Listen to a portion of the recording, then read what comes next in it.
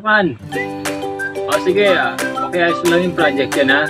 Okay, sige, bye. Hi, sir. Good morning po. Okay, good morning ha. Bakit ka na Ako nga pala yung mag-a-apply ngayon, sir. Yung aking resume. Okay, patingin nga, patingin. Bakit ka nga pala nag-apply sa company namin? Siyempre, sir, nakita ko sa labas. May hiring kayo, kaya ako nag-apply. O sige, sige, sige. Anong pangalan mo? Sir, binigay ko po yung resume ko. Nandyan po yung pangalan ko. Basahin nyo na lang po.